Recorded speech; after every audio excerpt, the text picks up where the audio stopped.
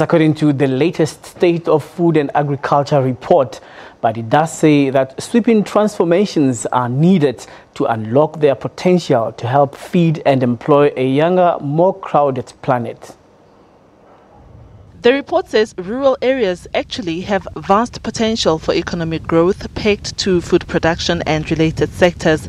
And with the majority of the world's poor and hungry living in rural areas, the report says that the 2030 development agenda will hinge on unlocking that often neglected potential.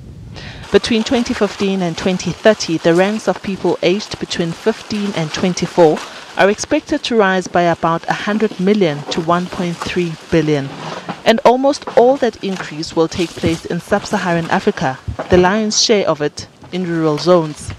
But in many developing countries, growth in the industrial and service sectors has lagged, and they will not be able to absorb the massive numbers of new job seekers set to enter the workforce, nor will agriculture in its current form. It says rural people who relocate to cities are likely to run a greater risk of joining the ranks of urban poor instead of finding a pathway out of poverty. Others will need to look for employment elsewhere, leading to seasonal or permanent migration.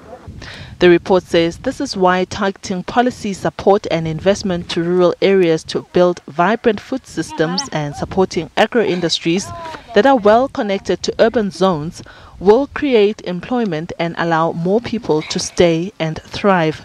It does warn, though, that transformed rural economies won't necessarily solve all the pressures that drive people to relocate, but they will generate much-needed jobs and contribute to making migration more of a choice rather than a necessity. For South Africa, the picture is slightly different. Agricultural economist Wandile Sihlobo at the Agricultural Business Chamber says the report is in line with Chapter 6 of the National Development Plan.